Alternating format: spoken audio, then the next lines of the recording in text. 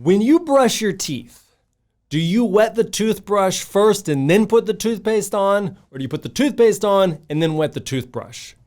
And do you do it like that every single time? My guess is whether you're one of those psychos that puts the toothpaste on and then wets the toothbrush, that's how you do it every time.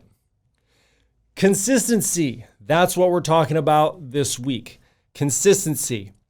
Chances are you do some things so consistently, you don't even think about it.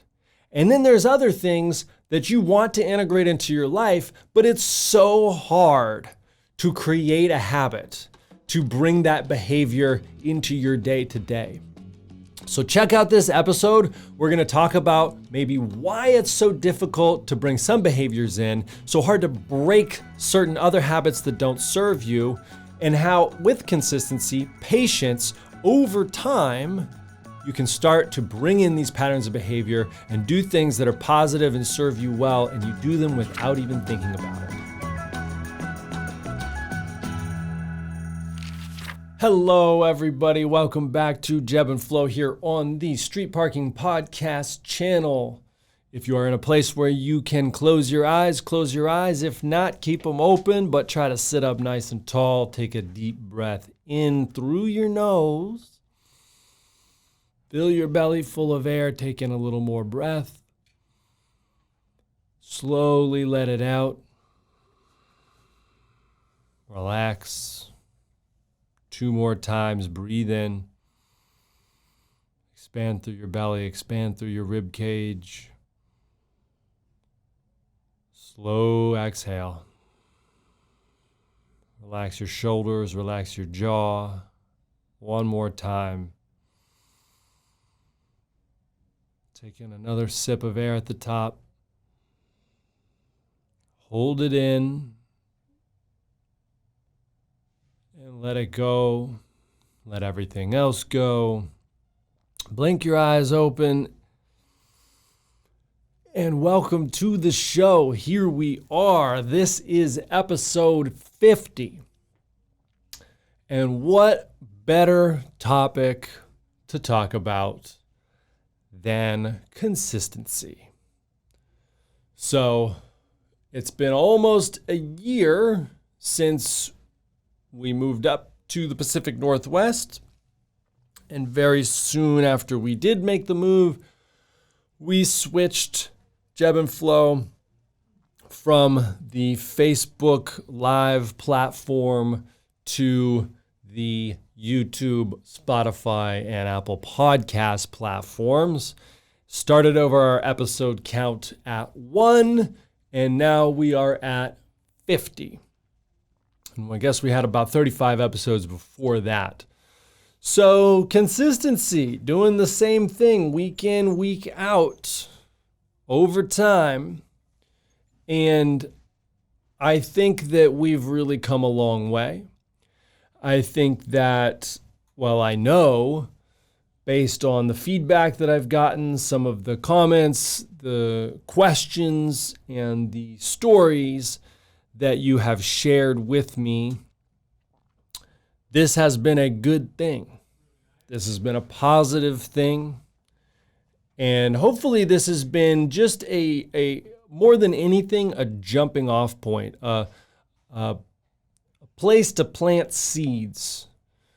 So if I can plant a seed or two inside your brain, inside your heart once in a while, and then you take that seed, decide whether or not you want to water it, fertilize it, let it grow, and let it potentially bloom into something. That's your choice.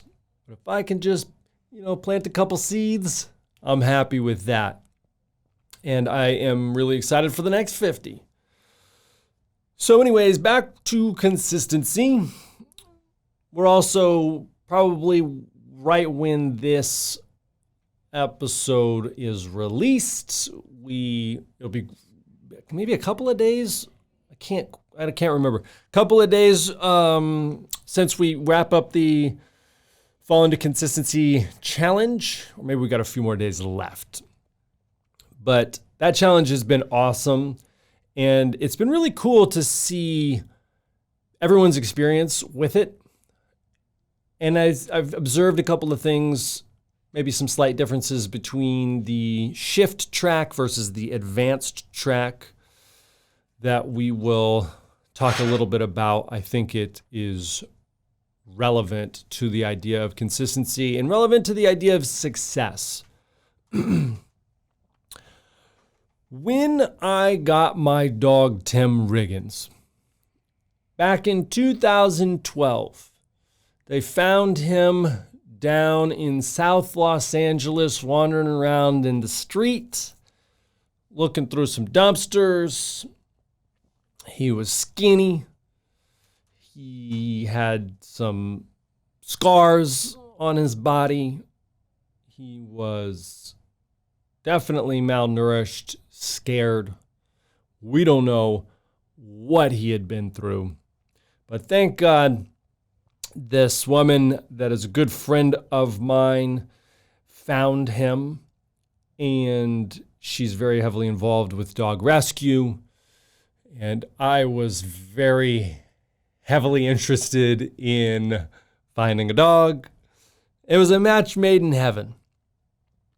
But he came with some baggage. He came with some behavioral issues. He came with a lot of fears, a lot of strange tics, unpredictability, because of his anxiety and his fear. He wasn't sure how to navigate things or what things meant in the context of certain stimuli and experience and environment had to change for him. But one thing that happened, luckily I was in a place where I was able to spend a lot of time with him during the day, taking him to the park, working with him, getting him more comfortable on leash, trying to get him more comfortable around other dogs, definitely getting him more comfortable around people, and just trying to get some stability into his life.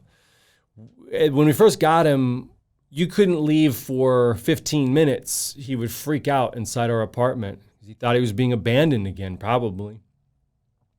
And over time, he became much more relaxed. But we'd go out for walks, and we lived in an apartment in Los Angeles, and so you have to take the dog out a lot throughout the day. So we'd go out a lot. And every time we came back into the house, I'd have him sit, and I had a little towel, and I'd wipe his paws, starting with his front left paw, then his front right paw, his back left paw, and his back right paw. And we would do that every time we came back from a walk, which happened 4 to 6 times a day. And after not too long, but it was a little while, maybe 6 months, I would say, before it really got dialed in. After about 6 months of doing that, I'd come in to the house, and I wouldn't have to cue him. I wouldn't have to say anything. I wouldn't have to do anything. He would sit down, and he would pick up his front left paw, and he would hand it to me. And then he would do it with his front right, and then he would do his back left, and then he'd pick up his back right. Because he knew. Because we had consistently done the same behavior over and over and over again, it became something that neither of us really thought about. And what's cool is that we almost, at that point, held each other accountable. Because if I was in a rush, if I was in a hurry, if I just didn't want, maybe it was nice weather out, we didn't go out very far, his paws were probably fine, didn't really need to wipe them off. But if he sat down and he picked up his paw and looked at me, then I was like, oh yeah, okay, I have to hold up my end of the bargain, and I have to wipe that paw. So now he just knows it's something that we don't even think about. Wiping paws, what does that have to do with consistency? Well, that's pretty obvious, but it's pretty cool. And it's something that was a small change that happened over time, and it eventually became something that's unquestioned. We don't think about it. We just do it. It's not hard. We just had these DEXA scans. We had this van that comes to the office a few times a year, and we will, whoever wants to from the team can do a body composition analysis, and we get to see kind of how our bodies change over time. Now, I did my first one in January, did another one in May, and then just had my third one for the year. From January to May, I lost like 8 pounds of lean mass in my legs because I had a overuse issue. I had some tendonitis in my left knee, and it was very, very painful, and I didn't do what I needed to do. I tried to kind of train through it for a little bit. I didn't take the proper recovery protocol that I tell other people to do. So I know how hard it is to just take your foot off the gas for a little bit and do the right thing. And I paid for it. And I got to a place where I couldn't squat, and I definitely couldn't lunge. And it was really frustrating. It was really frustrating to feel like I was losing out on training. So lost 8 pounds of lean mass out of my legs. And what did not happen during that time, I didn't stop working out. I just had to change the way that I worked out. I knew that when I get around certain people, I have a tendency to want to just go. And I had to do a little bit more training on my own. And I had to change my training to focus a little bit more on my upper body. So I actually gained mass in my upper body, and I lost mass in my lower body. I lost overall weight. And because I lost overall weight, my body fat percentage actually went up, because the percent of my body that was fat was now higher because I had lost so much lean mass. So we often say that scales can lie, and it's true.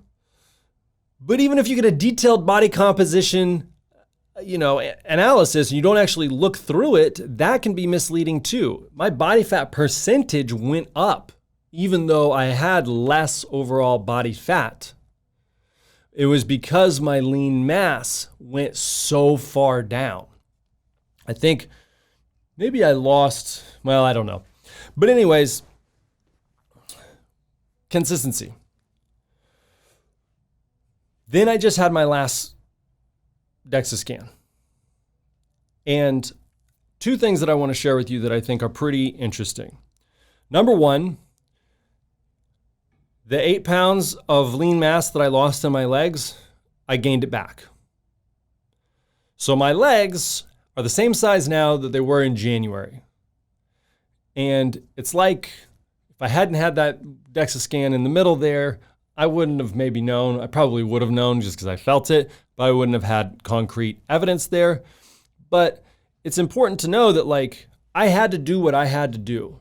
And I maybe lost some lean mass, which is something that I don't want to do. But that was a problem that a challenge that I had to go through and be patient about and deal with and move on from. And over the last few months, the knee has slowly been starting to feel better, and I've been introducing more movement in with the legs. It's been very controlled, and I've gained back the lean mass that I lost, which is awesome. Now, the other thing that I want to share with you, and I hope that I can express this the right way. I told Salvi this, but I basically was like, all right, so between the May scan and this scan, I was like, I'm just going to eat whatever I want and just see what happens. I'm just going to see what happens. My body fat percentage to the 0.1%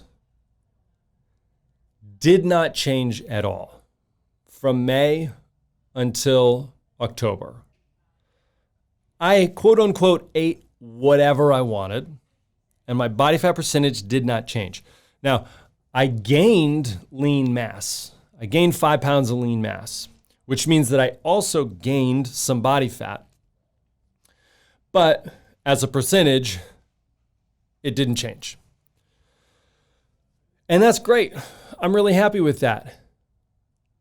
The reason why that happened is because when I am left to my own devices to eat whatever it is that I want to eat, I'm pretty much going to eat the way that I always eat.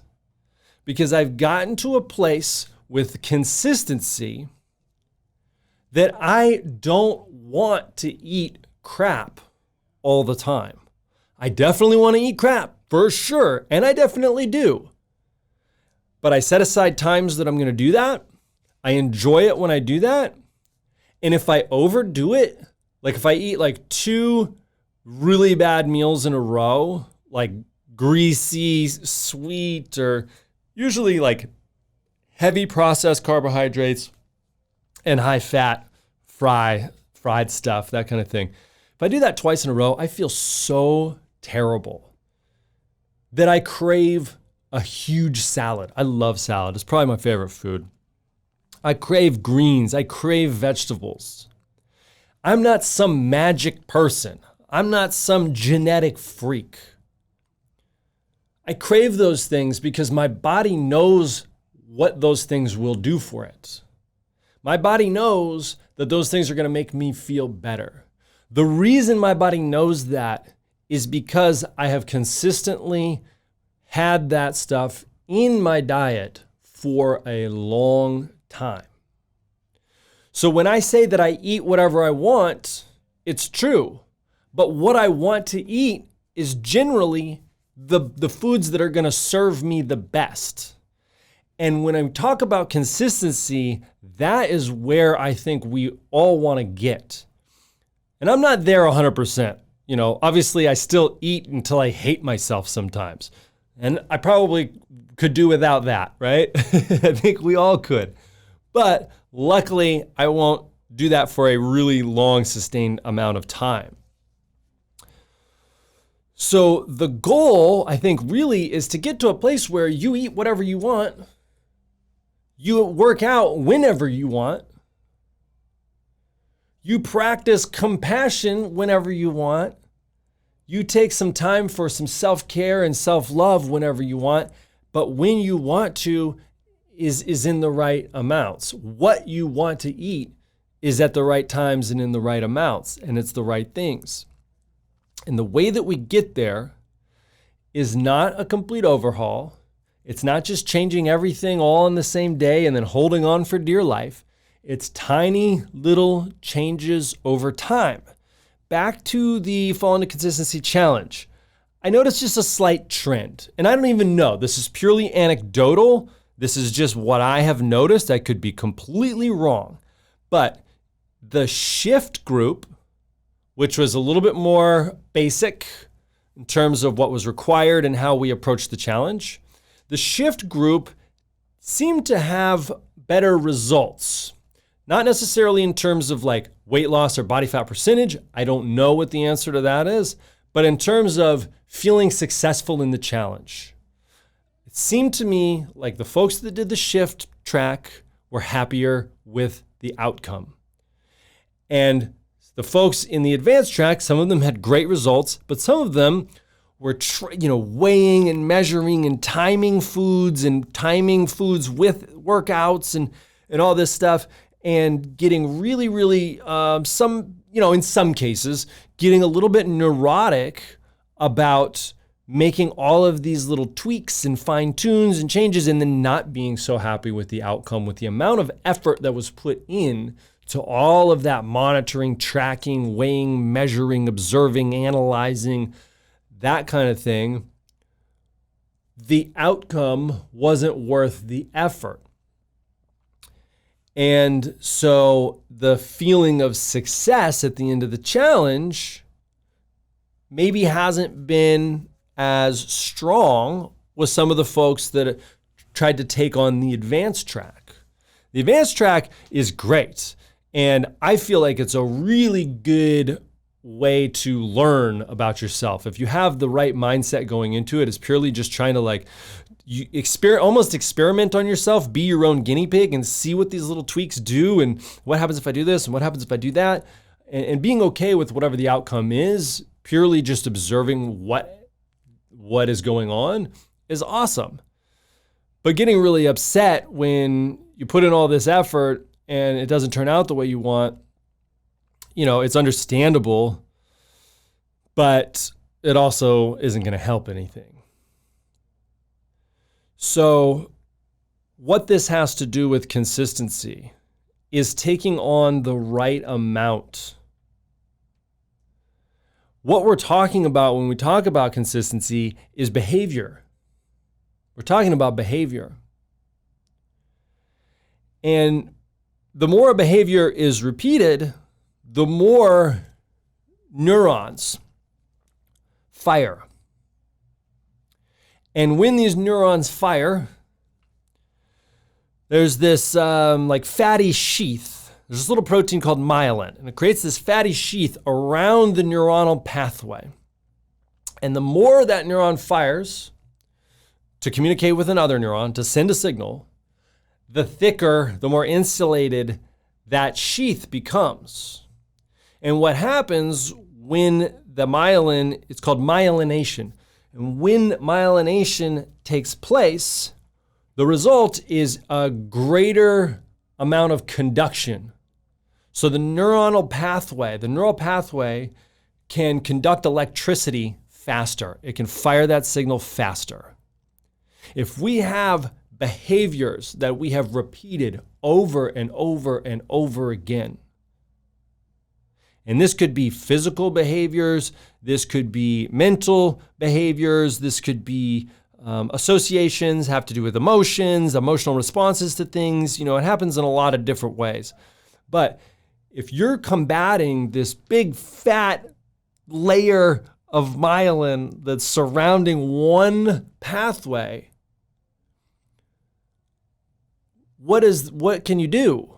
You have to start very, very slow, and you have to have a new neuron fire and talk to another new neuron. And you have to do that over and over and over again. And slowly over time, build up the myelin around that pathway. And the more you do that, the less you use the old pathway. And there is such a thing as demyelination. So that old pathway, the myelin sheath actually starts to disintegrate and get smaller because it's not being used as much. There's less electricity going through there. So, I've already gone too far down the science rabbit hole, but I find that stuff fascinating. But all that is just to say, in order to create a habit, in order to break a habit, you have to make a habit. Fun little rhyme there for you, right? In order to break a habit, you have to make a habit.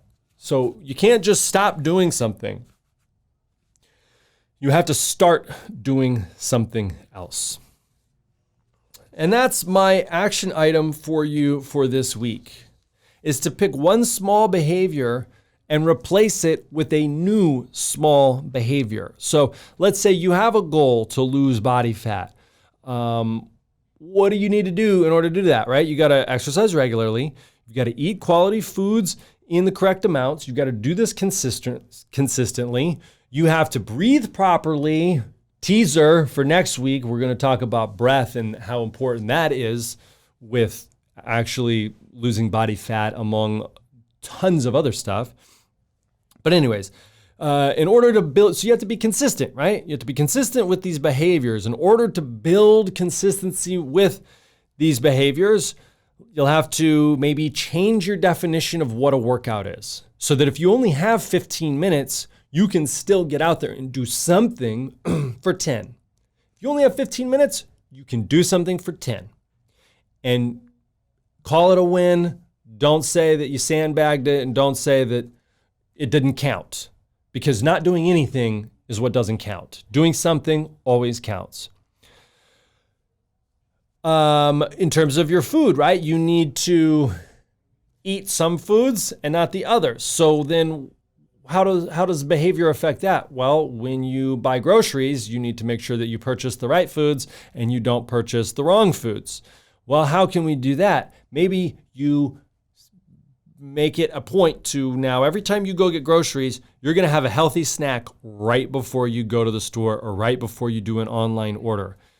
You have a healthy snack so that you're full and that you feel good and you can make better decisions. Make a list. Only buy what's on that list, and include a treat. Include a treat on that list if you want. Having a treat and being deliberate about that is much better than just throwing everything up into the air and just, saying, screw it, I'm going to just, get down on some junk and have that come out of left field. Be intentional with your treats as well. You might have to prep those foods. And maybe the thing that is hard about prepping foods is that you don't have time. So then maybe your goal for this week in terms of behavior is you are going to create a window. You're going to go do whatever you need to do to create a window that you could then use to prep food. I love the idea of putting on your workout clothes right when you get home, or putting out your workout clothes the night before and putting them on right when you wake up in the morning. If you don't feel like working out, just going outside. Just go outside. Say, I'm going to go outside and stand outside for 15 minutes. Stand up. If you're sitting on the couch, what is the first thing you need to do if you're going to work out? Stand up. That's what you got to do. You got to stand up. So it's all about making new pathways, making new habits, aka creating new behaviors. So look at what tiny little behaviors you can start to bring into your life that will replace old behaviors that don't serve you, that don't lead you to the outcomes that you know that you want. Start small. Maybe some of those examples will help. Maybe not. Start small. And most importantly, two things. Pay attention. When you are performing the desired behavior, pay attention. When you are performing the undesirable behavior, pay attention. Be aware, be conscious of your behavior. And when you're aware of what you're doing, then you can decide, much more likely, you can figure out if it's something that you want to be doing or something that's not serving you and needs to be replaced. The last thing is be patient. Consistency over time is boring. It requires patience. It's very simple, but it requires patience. So give yourself some grace. Little tiny baby steps, little tiny behaviors. Find one thing that you can replace with a better behavior this week. I love you. Thank you so much for tuning in. I'll talk to you soon.